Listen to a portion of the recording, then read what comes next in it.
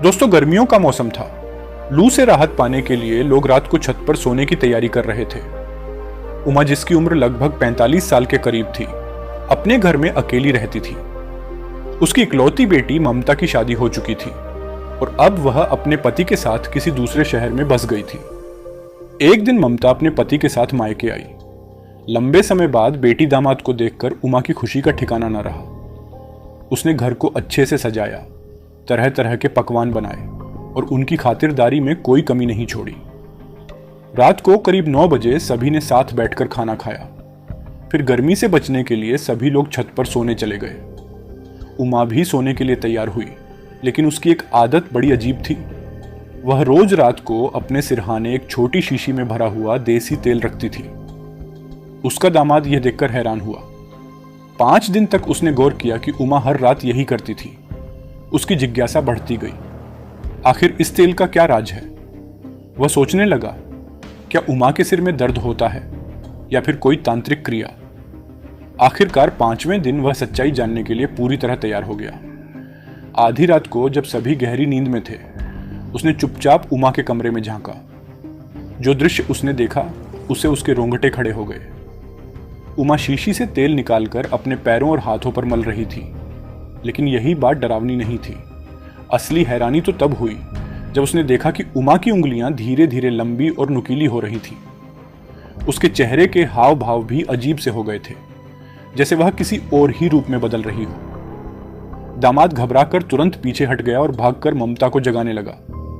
दोस्तों, आज हम आपको एक ऐसी घटना सुनाने जा रहे हैं जिसे जानकर आप हैरान रह जाएंगे। इसलिए इस वीडियो को अंत तक जरूर देखें, क्योंकि इसमें आपके लिए एक बड़ी सीख छुपी हुई है। साथ ही आपसे एक छोटी सी रिक्वेस्ट है, वीडियो को लाइक करें, चैनल को सब्सक्राइब करें और कमेंट में अपना नाम और शहर का नाम लिखें, ताकि हम अगली वीडियो में आपको शाउट आउट दे सकें। ये कहानी बिहार के एक छोटे से गांव की है, जहां उमा नाम की एक महिला अपने पति और बेटी ममता के साथ खुशी खुशी रह रही थी। घर में सुख शांति थी, लेकिन अचानक एक ऐसा मोड़ आया जिसने उमा की जिंदगी को पूरी तरह बदल दिया।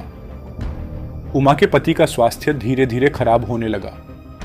लाख इलाज करवाने के बाद भी उसे बचाया नहीं जा सका और एक दिन उसने दुनिया को अलविदा कह दिया।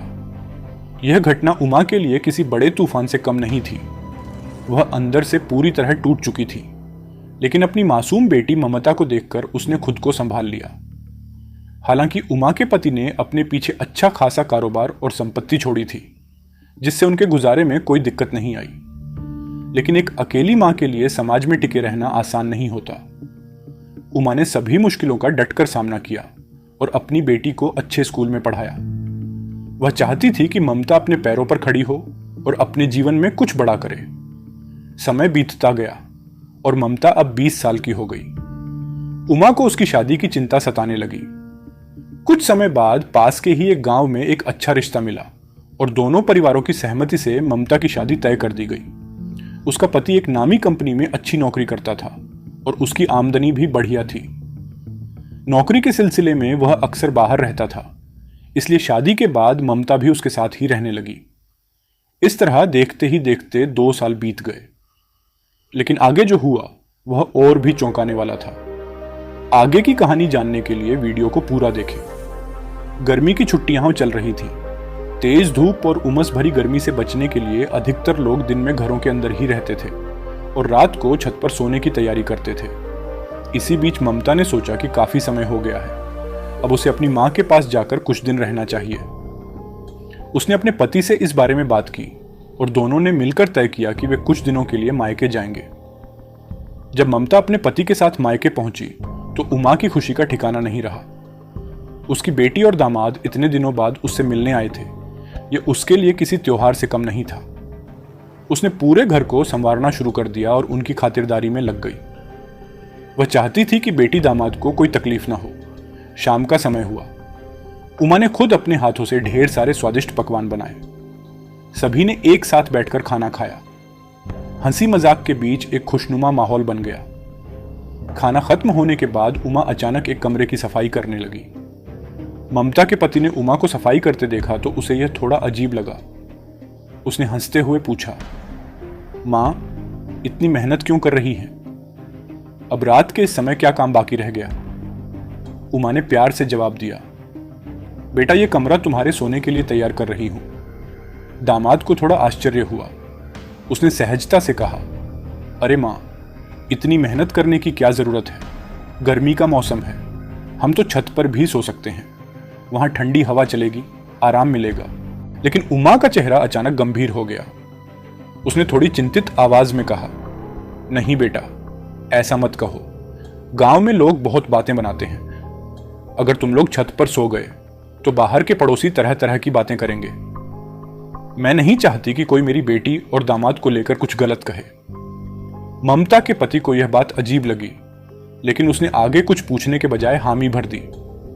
ठीक है मां, अगर आपको ऐसा लगता है तो हम कमरे में ही सो जाएंगे। इस तरह 3 दिन बीत गए। हर रात ममता और उसका पति नीचे के कमरे में ही सोते रहे।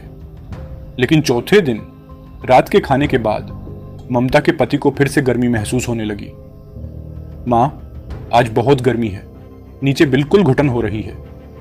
अगर आप बुरा ना माने तो आज हमें छत पर सोने दीजिए, उसने आग्रह किया। उमा पहले थोड़ा हिचकिचाई, लेकिन फिर उसने हामी भर दी।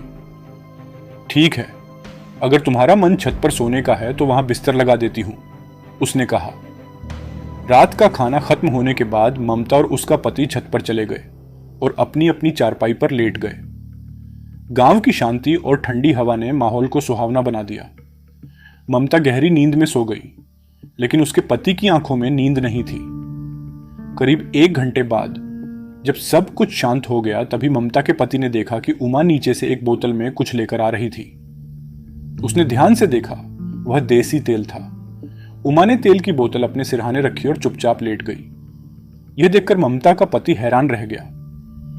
आखिर मां इस तेल का क्या करती हैं? उसने सोचा। पहले उसने इसे नजरअंदाज किया, लेकिन अब उसके मन में यह सवाल घर कर गया था। हर रात उमा यही करती थी, एक बोतल में देसी तेल लाती और उसे अपने सिरहाने रखकर सो जाती। यह महज एक संयोग था या इसके पीछे कोई गहरा राज छुपा था? ममता के पति को इस सवाल का जवाब चाहिए था और उसने ठान लिया कि अगली रात वह इस रहस्य का पता लगाकर रहेगा। लेकिन उसे नहीं पता था कि जो सच वह जानने वाला था वह उसकी सोच से कहीं ज्यादा डरावना होगा। अगले दिन उमा फिर से तेल की बोतल लाती है और अपने सिरहाने रखकर सो जाती है। अब ममता के पति का दिमाग ठनक जाता है और वह सोचने लगता है कि आखिर सासू माँ हर रात इस तेल की बोतल का क्या करती है। यह जानने के लिए वह ठान लेता है कि जब तक इस सच्चाई का पता नहीं लगा लेता तब तक यहां से जाने वाला नहीं है। इस तरह 6 दिन और गुजर जाते हैं। एक रात गर्मी ज्यादा थी, जिससे ममता का पति करवटें बदल रहा था और उसे नींद नहीं आ रही थी। करीब आधी रात के समय उमा अपनी तेल की बोतल उठाती है और दबे पांव घर से बाहर निकलने लगती है। अचानक ममता का पति उसे जाते हुए देख लेता है और चुपचाप उसका पीछा करने लगता है कि आखिर सासू माँ इस तेल की बोतल को लेकर कहाँ जाती है। उमा अपने घर के पास एक सुनसान जगह पर एक पेड़ के नीचे जाकर बैठ जाती है। थोड़ी ही देर में उसकी ही उम्र का एक व्यक्ति वहां आता है और दोनों आपस में बातचीत करने लगते हैं। फिर बातचीत के बाद दोनों गलत काम करने लगते हैं। करीब 1 घंटे तक वे वहीं रहते हैं और फिर अलग हो जाते हैं। उमा वापस घर की ओर चल पड़ती है। जब ममता का पति देखता है कि उमा घर लौट रही है तो वह उससे पहले ही अपनी चारपाई पर जाकर सोने का नाटक करने लगता है। लेकिन उसके दिमाग में कई सवाल घूम रहे थे, जिससे उसे नींद नहीं आ रही थी। इस तरह सुबह हो जाती है, लेकिन वह उमा को एहसास नहीं होने देता कि उसकी सच्चाई जान चुका है। अगली रात फिर से सभी ने साथ में खाना खाया और फिर ममता का पति अपनी चारपाई पर जाकर लेट गया। लेकिन इस बार वह सोने का नाटक कर रहा था। आधी रात के समय उमा फिर से उठती है, अपनी तेल की बोतल उठाती है और उसी जगह पर पहुंच जाती है। ममता का पति भी चुपचाप उसके पीछे जाता है और दूर खड़ा होकर सब कुछ देखने लगता है। थोड़ी देर बाद वही व्यक्ति फिर से उमा के पास आता है और दोनों बातचीत करने लगते हैं। फिर बातचीत के बाद वे दोनों फिर से गलत काम करने लगते हैं। इस बार यह सिलसिला 2 घंटे तक चलता है और इस दौरान वे कई बार गलत काम करते हैं। जब वे दोनों थक जाते हैं तो उमा थोड़ी देर और बात करके वापस घर लौटने लगती है। ममता का पति पहले ही अपनी चारपाई पर जाकर सोने का नाटक कर लेता है। अब ममता के पति को यह तो पता लग चुका था कि उमा एक गैर मर्द के साथ संबंध बनाती है और अपनी तन की प्यास बुझाती है। लेकिन उसे अभी तक यह नहीं पता चला था कि आखिर वह हर रात तेल की बोतल साथ क्यों लेकर जाती है और उस तेल का क्या करती है। इसलिए उसने ठान लिया कि अगले दिन वह इस रहस्य की पूरी सच्चाई जानकर रहेगा। अगली रात फिर से लगभग आधी रात के समय उमा अपने बिस्तर से उठती है और दबे पांव उसी जगह पर पहुंच जाती है जहां वह हर रात उस व्यक्ति से मिलती थी। थोड़ी देर बाद वह व्यक्ति भी वहां आ जाता है और दोनों बातचीत करने लगते हैं और फिर दोनों एक दूसरे के साथ गलत काम करने लगते हैं और जब वे करते करते थक जाते हैं तो अलग हो जाते हैं और उमा अपने घर की ओर लौटने लगती है। लेकिन उसका दामाद, जो दूर खड़ा यह सब देख रहा था, अचानक घर के मेन गेट पर आकर खड़ा हो जाता है और उमा का रास्ता रोक लेता है। जब उमा अपने दामाद को देखती है तो उसके पैरों तले जमीन खिसक जाती है। वह घबरा जाती है और कहती है, दामाद जी, आप अभी तक सोए नहीं और यहां इस समय क्या कर रहे हो? उसका दामाद गुस्से से कहता है, सासू मां, मुझे आपकी सच्चाई पता चल चुकी है कि आप हर रात कहां जाती हैं और किससे मिलती हैं। उमा यह सुनकर दंग रह जाती है और कहती है, बेटा, यह बात किसी को मत बताना, नहीं तो मेरी बहुत बदनामी हो जाएगी। इस पर उसका दामाद कहता है, ठीक है, लेकिन एक बात समझ में नहीं आ रही। आप इस आदमी से मिलती हैं, संबंध बनाती है, यह तो समझ में आता है, मगर यह जो देसी तेल की बोतल रोज अपने साथ लेकर जाती है, इसका राज क्या है?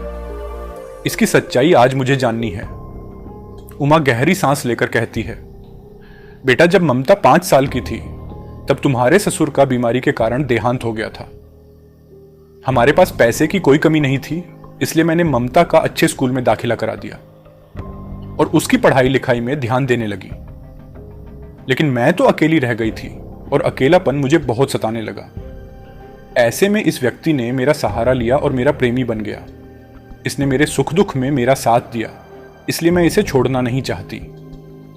फिर उसका दामाद कहता है, सासू मां, यहां तक तो बात समझ में आती है, लेकिन इस तेल की सच्चाई क्या है, इसके बारे में भी बताइए। उमा धीरे से कहती है, बेटा, हमारी उम्र अब ज्यादा हो चुकी है। यह जो तेल है, यह सरसों का तेल है। मेरा प्रेमी इसे काफी लगाव रखता है। जब वह इसे अपने प्राइवेट पार्ट पर लगाता है तो उसे ज्यादा उत्तेजना होती है और वह लंबे समय तक मेरे साथ संबंध बना पाता है। इसी वजह से मैं यह देसी तेल रोज लेकर जाती हूं।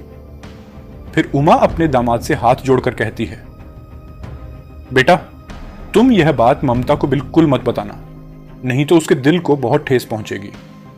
उसका दामाद गंभीर होकर कहता है, ठीक है, मैं यह बात किसी को नहीं बताऊंगा, लेकिन अब मैं यहां दोबारा कभी नहीं आऊंगा।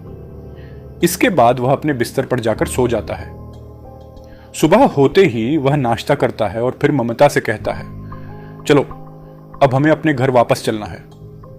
ममता हैरान होकर पूछती है, आखिर बात क्या है?